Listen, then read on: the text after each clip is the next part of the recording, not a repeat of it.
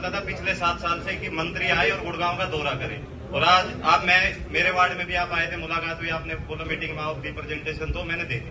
मैं सिर्फ 5 बातें आपको कहना चाहता हूँ कि भी आने वाला समय सर बारिश का है, कूड़े की हालत आपने देख ली सर, और बारिश का ये हाल है जब बादल चढ़ेंगे ना इन अफसरों को बुखार चढ़ जाएगा। और सबके सामने कह रहा हूँ ये बात, ये बुखार जो उतरेगा जब 3 महीने बाद जाके, 3 महीने पहले अगर काम शुरू कर दे, ड्रेन की सफाई शुरू कर दे, व्यवस्था बना दे, तो पानी ना भरे, गुड़गांव की एशिया में बेइज्जती ना हो। हमने सपने तो बड़े देखे हैं, लेकिन सपनों को पूरा करने के लिए हमारे पास कोई साधन नहीं है। दूसरी बात मैं करता हूँ सफाई की जी।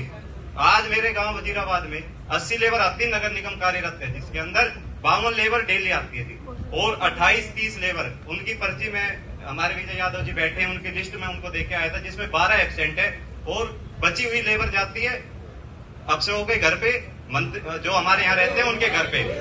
सर मैं पूरी बात करूंगा, मैं बोला नहीं किसी के बीच में, और 7 साल काम किया बारीकी से सर, लिस्ट में इनको देख के आया था। और ये सर या तो आप सफाई की बीट अलग बनाओ अफसरों के लिए कि भाई 100 आदमी तुम्हारे अलग है, इनको रोड से उठाओ मत, तो सफाई होगी जी। ये एक तीसरी बात मैं आपको बताना चाहता हूँ सर, सबसे बड़ी प्रॉब्लम जो गुड़गांव फेस कर रहा है कूड़े के बाद, वो है सीवरेज की। कोई एक भी गली ऐसी नहीं है जिसमें सीवर रुका हुआ नहीं हो और ढक्कन टूटे नहीं हो। हमारे चीफ इंजीनियर थे विशाल बंसल जी ने अखबार के मीडिया वाले अंदर रहते हैं, उनको एक खबर दे देते हैं, वो छाप देते हैं, वेरीफाई नहीं करता कोई भी कि 2 दिन के अंदर ढक्कन बदल देंगे। बीच 6-6 महीने से कंप्लेंट डाल रहा हूँ, ढक्कन तो क्या, सीवर की समस्या को सुनने वाला देखने वाला कोई नहीं है सर। आप फील करके देखो, अगर आप वहां रहते हो, आपके घर के सामने पानी भरा हो, मैं कहता हूँ ऐसी पानी में आप रह नहीं सकते। और ये कोई दबाव की बात नहीं है सर, ये 3 समस्या। और चौथी समस्या जो आप कह रहे हो ना, अकाउंटेबिलिटी, इन अफसरों को, इनमें सारे अफसरों को ये पता है कि कहां पर क्या समस्या है, लेकिन प्रॉब्लम ये है कि जाना नहीं चाहते, क्योंकि ना तो अब सदन चल रहा है सर, सदन के अंदर रेगुलर मीटिंग होती थी हमारी RWS के। आज जैसे मैंने इनके विचार सुने सभी के, इनके साथ भी आप लोगों की मुलाकात नहीं हो रही, तो प्रॉब्लम सुने किसकी, पार्षद रहे नहीं, RWS की आप सुन नहीं रहे हो, और MLA भाई देखो वो तो किसी के साथ भी कुछ हो सकता है।